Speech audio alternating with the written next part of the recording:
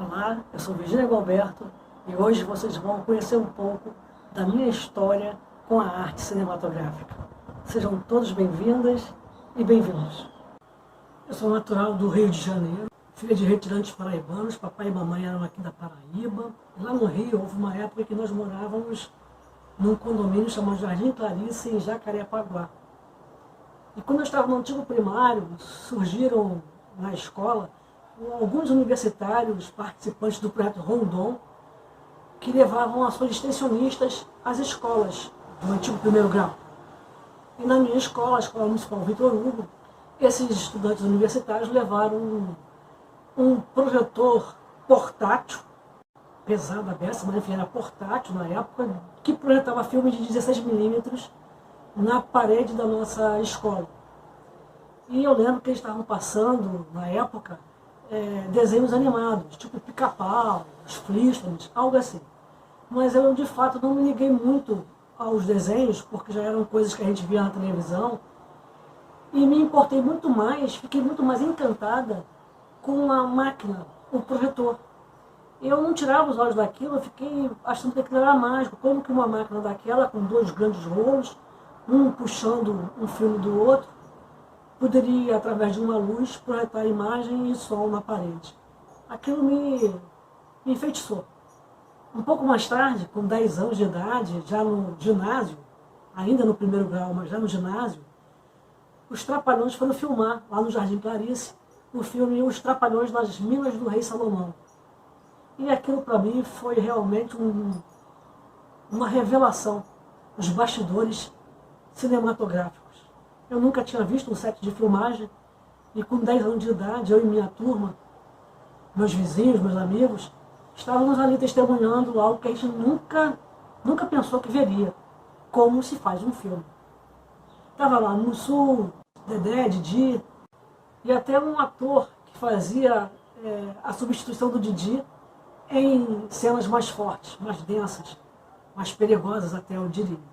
O Dedé não, o Dedé fazia lá a arte dele circense e saía tudo certo. A o Didi tinha um substituto, um dublê, que fazia ações mais perigosas ao invés dele. E ver aquilo tudo, a maquinária, as câmeras, os gravadores, os caminhões com figurinos, com cenário, que saía e ia colocando na praça, a indumentária, até a gente que fez pontinha no filme tinha que estar de uma certa forma vestido assim, um laçado, tudo tinha um cuidado, um zelo, que para mim era uma grande novidade. Mas de certa forma revelou que o cinema não era só os atores que apareciam na tela grande, mas também toda uma gama de profissionais por trás das câmeras. Maravilha. Depois disso, já no antigo segundo grau, no Colégio Estadual André Morroá, encontrei já estruturado um cineclube chamado Canal, que exibia filmes seguidos de debates. As exibições eram no auditório do colégio, uma excelente sala, onde aconteciam as atividades artísticas e culturais, teatro, dança e cineclubismo. Aquilo foi muito importante porque também abriu ali uma porta para o mundo, digamos assim. Não posso esquecer que nós estávamos vivendo numa ditadura militar e tudo era muito entredito, ou interdito, ou não dito, ou maldito.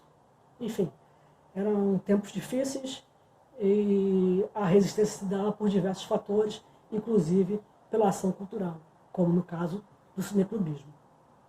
Já como universitária, estudante da Faculdade de Letras da Universidade Federal do Rio de Janeiro, sendo na cidade do Rio de Janeiro, na Avenida Chile, encontrei lá um cineclube já estabelecido pelos alunos veteranos. Era o Cineclube dos Alunos de Letras, cuja abreviatura dava Sinal com C. E adentrei ao cineclube, nós federamos o cineclube na Federação de Cineclubes do Estado do Rio de Janeiro e também na Federação Nacional de Cineclubes, no Conselho Nacional de Cineclubes, e participamos de encontros, as chamadas Jornadas Nacionais de Cineclubes. Eu lembro que eu fui a 3, pelo menos. Em 83, a Jornada Nacional de Cineclubes em Petrópolis, no Rio de Janeiro. Em 84, a famosa e histórica Jornada Nacional de Cineclubes de Curitiba, no Paraná. Em 85, a Jornada Nacional de Cineclubes em Ouro Preto, Minas Gerais. Essas experiências foram extremamente positivas, porque deu para a gente, nós cineclubistas da época, a dimensão do poder que possuía esse movimento em nível nacional. A gente fazia nosso trabalho ali localizado, setorizado, mas quando a gente participava de uma reunião da Federação do Estado do Rio de Janeiro, a gente conhecia os outros cineclubes do Estado, mas quando você vai numa jornada, que você vê toda aquela gama de cineclubes de norte a sul, leste a oeste do país, dava um empoderamento, dava uma sensação de organização, de capilaridade da ação cineclubista. Enfim, era extremamente importante essa ação, até para escoar os filmes que estavam, por exemplo, proibidos pela censura da ditadura militar e que nós cineclubistas acabávamos exibindo nos nossos cineclubes. As nossas ações se davam no Teatro Gil Vicente, que era o teatro da Faculdade de Letras, um teatro maravilhoso, lindo, que possuía 2 projetores profissionais, um de 35mm e um de 16mm. Nós bolávamos também a curadoria da programação por escolas, o cinema expressionista alemão, o cinema independente americano. Nós exibíamos filmes em película, obviamente, nessa época, o filme era analógico, e que nós alugávamos ali no centro da cidade, nas distribuidoras das companhias cinematográficas. E como era uma faculdade de letras, a nossa curadoria, como cineclubistas, buscava atender e agradar os diversos públicos. Daí surgiram, por exemplo, o mês do cinema alemão, para atender ao pessoal que fazia letras português-alemão. O mês do cinema japonês, para atender quem fazia português-japonês. Mês do cinema francês, visibilizando ali uma carência, uma demanda do pessoal que estudava português-francês, e assim por diante. Cinema espanhol, cinema italiano, o cinema brasileiro também era muito prestigiado por nós, obviamente. O cinema português, enfim. A gente foi fazendo essa curadoria, tentando ali atender aos diversos públicos que a própria faculdade continha. Mas pelo fato do cineclube estar situado no centro da cidade, na Avenida Chile, uma importante artéria comercial, empresarial do estado do Rio de Janeiro, a gente também atendia o público externo também, da facilidade de acesso e do valor da entrada, que era, na época, um cruzeiro. A caixinha que a gente conseguia com essas exibições serviam meramente para a gente alugar o próximo filme. Nós não tínhamos intuito lucrativo, nada disso, nem passava pela nossa cabeça. A ideia era que a gente conseguisse alugar o próximo filme. Todas as exibições eram seguidas de debate. A gente convidava professores da própria casa ou de departamentos, ou de unidades, melhor dizendo, diferentes, do IFIX, ali do Largo São Francisco, da UERJ, ou os próprios cineastas. Nós tivemos cineastas debatendo conosco, como Murilo Salles, Jorge Bodansky, ou roteiristas, como José Lozeiro, enfim. A gente procurava estar atendendo ao público e às nossas curiosidades também cinematográficas da época. Muita saudade desse tempo e ótimas recordações. Foi assim, bem dizer, uma segunda faculdade. Tinha a Faculdade de Letras e tinha a Faculdade do Movimento Cineclubista. Quando a Faculdade de Letras se mudou para a Ilha do Fundão, os projetores foram juntos e ficaram no auditório Carlos Drummond de Andrade. Nós perdemos o teatro e ganhamos um auditório. E lá nós continuamos com o cineclubismo. Para além disso, nós, cineclubistas, nós nos aproximamos dos professores que estavam na direção então da faculdade, como Edivaldo Cafezeiro, Clécio Quezado, Jorge Máximo, e a gente solicitou, que era uma demanda nossa e também de muitos outros alunos, a criação de uma disciplina optativa em linguagem cinematográfica. O Cafezeiro viu isso com muitos bons olhos e pediu que a gente desse ali então o start, desse o pontapé inicial para ver como é que ele poderia fazer para aprovar a disciplina.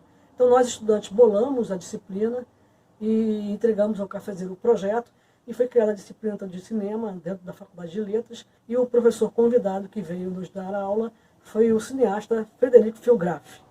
Nós tivemos, então, a partir daí, esse contato com a linguagem cinematográfica, e foi bastante interessante, um divisor de águas. Oi! Frederico Filgraf trazia filmes, textos, promovia debates após as exibições, fazia com que nós pensássemos cinematograficamente, digamos assim, a partir de diversos exercícios. Nós também criamos um projeto, e também encampado pela direção de Edivaldo Cafezeiro, o Café, e ele adquiriu então uma câmera da época, né, que na verdade era uma câmera, isso era na década de 80, era uma VHS, e nós fazíamos exercícios com essa câmera.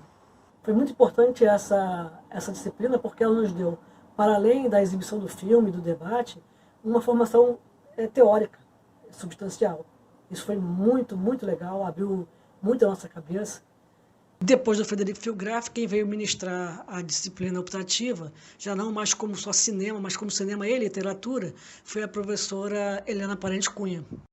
Uma abertura de portas, né, desse universo da transposição da linguagem literária para a cinematográfica. Muito interessante, muito importante. E para nós, cineclubistas, era mais um passo na nossa cinefilia.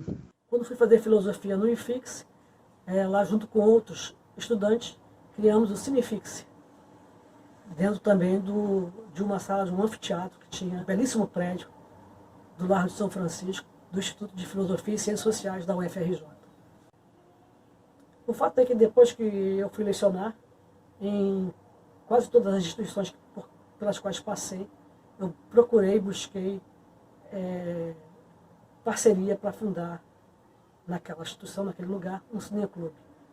Isso era bastante interessante até hoje, né? Eu faço cineclubismo através do projeto Sinestésico também, sem sombra de dúvida.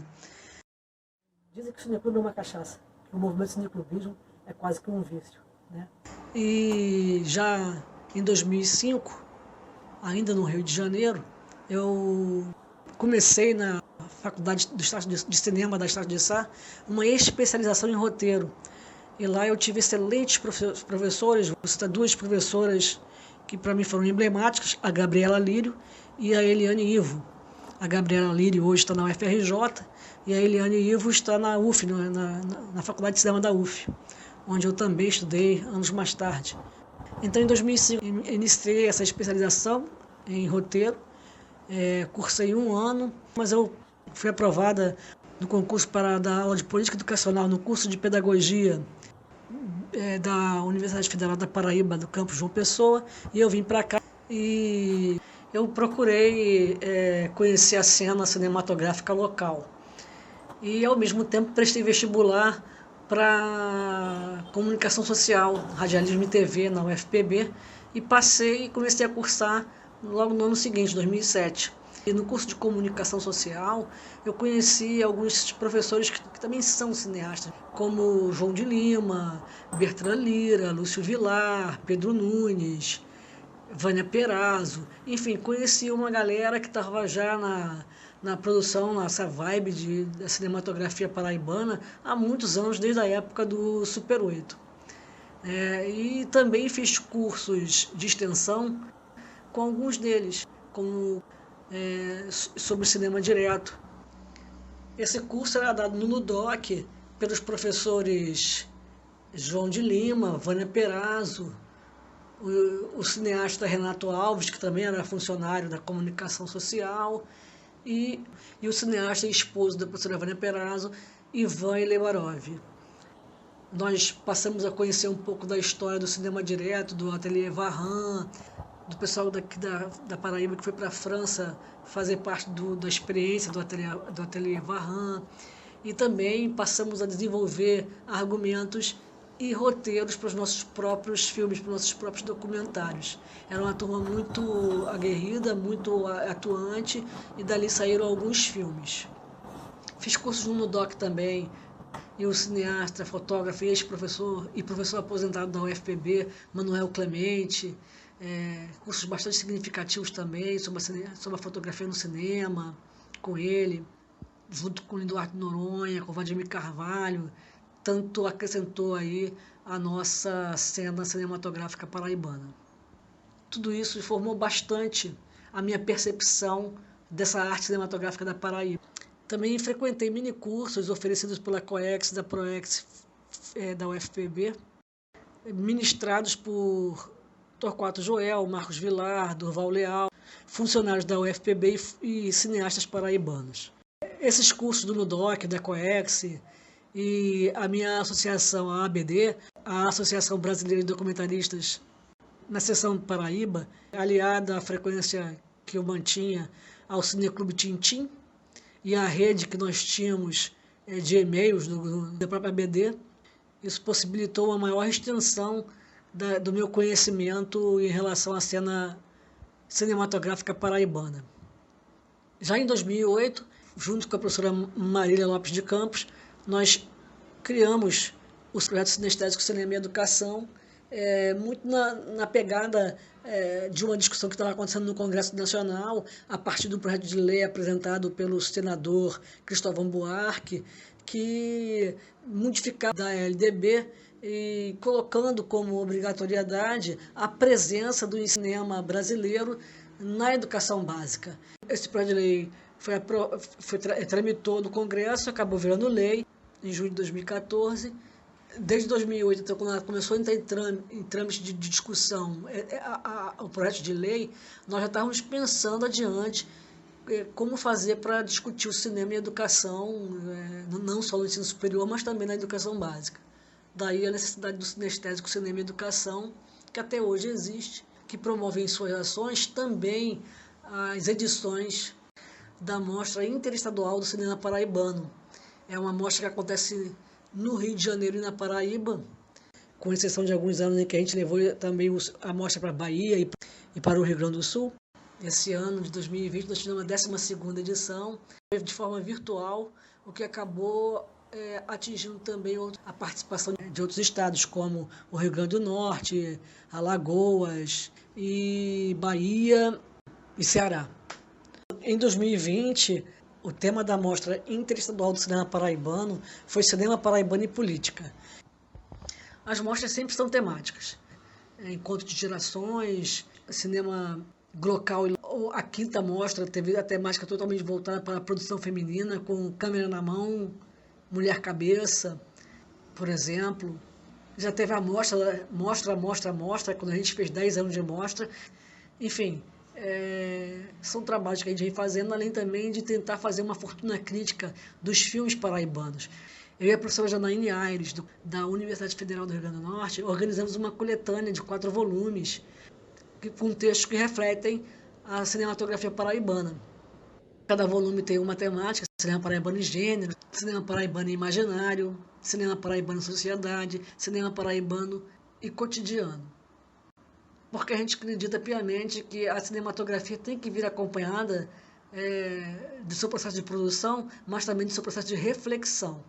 Isso ajuda a penetrar em outros espaços, não só da sala de cinema, mas também nos espaços acadêmicos, nas redes sociais, no debate crítico. Então, essa fortuna crítica ela é muito importante para fundamentar, dar substância também ao próprio cinema local. E o projeto Sinestésico tem ações de extensão, ações de pesquisa, ações de ensino, onde a gente trabalha diversas atividades envolvendo estudantes, secundaristas ou do ensino fundamental 2. Já trabalhamos em escolas como a Escola Almirante Tamandaré, no bairro do Castelo Branco, o próprio Instituto de Educação Paraibano, no centro da cidade, no IEP, no IEPinho também, é seu anexo. Trabalhamos também na Escola João Goulart, com cineclubismo e com ações de cinema e educação. Até criamos uma disciplina optativa lá dentro do colégio, chamada Traga Pipoca. Esses projetos tiveram como consequência ações cineclubistas, de exibições e debate, e em alguns casos também a própria produção de exercícios da linguagem cinematográfica e até de alguns pequenos curtas. Um deles, por exemplo, o Deixa as Pessoas Falarem, que trilhou aí o caminho de alguns festivais, entre eles o de Ouro Preto. Isso é muito interessante porque potencializa, né, a cena jovem diante dessa arte cinematográfica e dá visibilidade também a essa produção é, de ação das duas áreas, cinema e educação. Em 2013 eu voltei ao Rio para fazer o meu pós-doutorado no programa de pós-graduação em educação da UERJ. E lá desenvolvi 2 projetos de Cinema Educação 1 e Cinema Educação 2. Ambos foram supervisionados pela professora Nilda Alves, coordenadora do Laboratório de Educação e Imagem. E, paralelamente a isso, eu comecei a fazer o meu curso de licenciatura em Cinema e Audiovisual no curso de cinema da Universidade Federal Fluminense. O curso de licenciatura em cinema, à época, era muito novo. Inclusive, eu fui a primeira pessoa a se licenciar em cinema e audiovisual no Brasil. A cena feminina do cinema paraibano, nos anos 80 e continuando até hoje em dia, com Vânia Perazzo, por exemplo, desenvolvendo filmes não só em curta-metragem, mas também em longa-metragem, não só em documentário, como também em ficção. Então ela é um emblema no cenário feminino paraibano.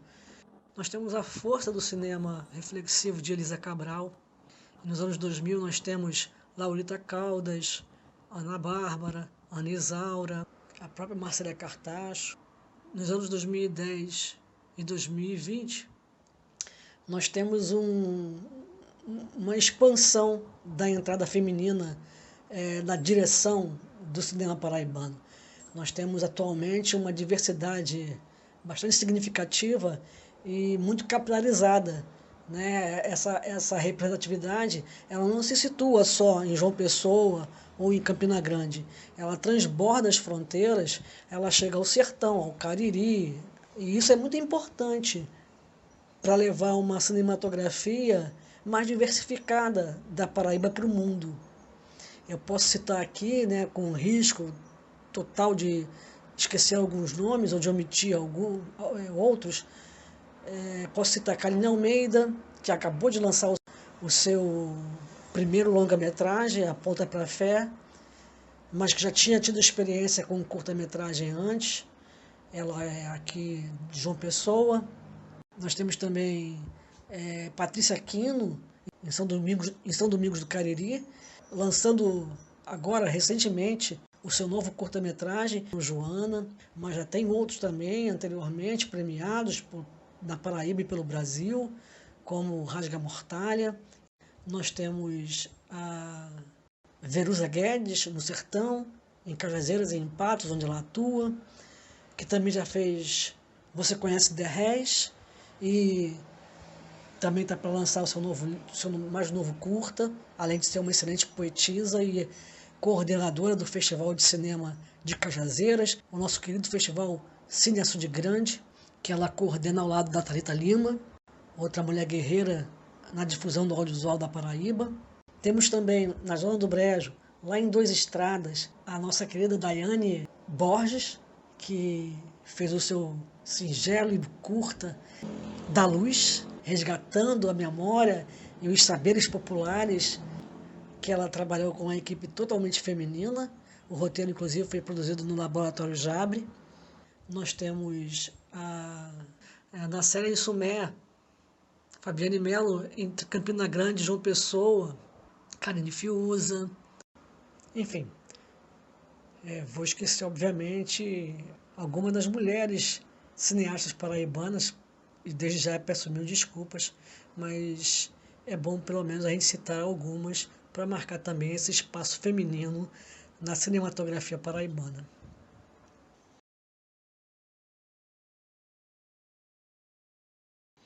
Em 2007, eu dirigi o curtíssima Aceita uma Balinha, cujo roteiro foi premiado no concurso Curta Cidadania em Maringá, no Paraná.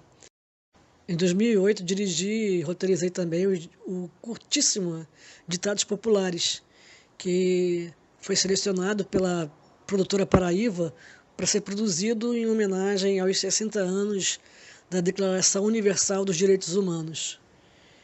É um curtíssimo que eu gosto muito, que rodou bastante, circulou inclusive na televisão. Em 2008 também dirigi o documentário Mulheres em Campos, que produzi junto com a equipe do Projeto Sinestésico. É um filme que também rodou bastante, foi a festivais de diversos lugares, inclusive no Rio de Janeiro, no Festival Brasileiro de Cinema Universitário, na Mostra Informativa Crítica e Política. E ele trata, ele versa sobre o cotidiano das mulheres, sejam professoras, estudantes, funcionárias, no campus da UFPB1, em João Pessoa. É bem instigante a proposta de reflexão que ele promove. Dirigi o documentário Puta Luta em 2009 com a equipe de jovens do Sinestésico e do Coletivo Conjunto, parceiro de primeira hora do nosso projeto. É um documentário que fala sobre o cotidiano das prostitutas sindicalizadas no sindicato APROS, situado ali no centro da cidade de João Pessoa, e que promove a Corrida da Calcinha todo dia 2 de junho, que é o Dia Internacional da Prostituta. Então é um documentário que revela um pouco desse bastidor, dessa atividade, e também da própria luta do sindicato por reconhecimento da profissão e dignidade e respeito às suas sindicalizadas. Dirigi e roteirizei o documentário Adieu Jean Pabiera, cujo roteiro foi premiado pelo edital Lindo Arte Noronha, do FIC, de 2012, do Governo do Estado da Paraíba. Esse filme rodou bastante no Brasil e no exterior e ganhou alguns prêmios, melhor direção, melhor fotografia, melhor documentário, enfim. É um filme que eu gosto muito e que retrata de uma forma poética, experimental, eu diria, um pouco desse meu espanto do crescimento vertical, exagerado e desordenado da belíssima cidade de João Pessoa. Também dirigi junto com Maílson Passos, em 2014, o filme Diabolim. Nós roteirizamos e dirigimos, e esse filme também rodou bastante e ganhou o prêmio de segundo melhor documentário no concurso Curta Criativo da Firjan, no Rio de Janeiro. Em 2018, eu e as professoras Rita Ribes e Maílson Passos, da UERJ, co-dirigimos e co-roteirizamos o documentário Costureiras. É um filme que rodou o Brasil inteiro, dividindo com o filme Fim, de Isaura Diniz, a premiação de melhor roteiro no Fest Aruanda. Inclusive ficou em cartaz no Cinema Olímpia, que é um cinema de rua em Belém, no Pará. De 2011 a 2019, colaborei em 11 edições do Laboratório Paraibano para Jovens Roteiristas, o JABRE, ministrados por Torquato Joel, nas cidades do Congo, São José de Piranhas, Serra da Raiz, Maturéia e Nazarezinho. O JABRE é muito importante porque ele revela esse potencial criativo que existe em qualquer região da Paraíba, não só em João Pessoa e Campina Grande.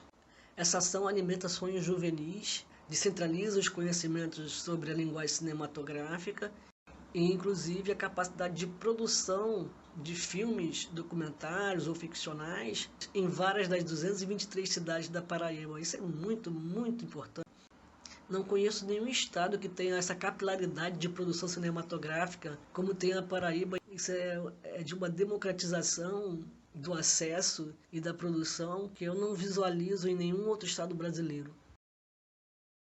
Se as políticas públicas culturais da Paraíba, no caso específico do audiovisual paraibano, do cinema paraibano, passem com verbas dignas e regulares anualmente para fomentar a produção, o estudo, a pesquisa, a realização, a escrita, a elaboração, o desenvolvimento de roteiros, de filmes, de crítica cinematográfica, esse potencial que o jovem paraibano possui, que o cineasta paraibano, seja de qualquer geração, possui, isso teria realmente muito mais valorizado, muito mais ampliado, e a gente sabe o quanto isso poderia,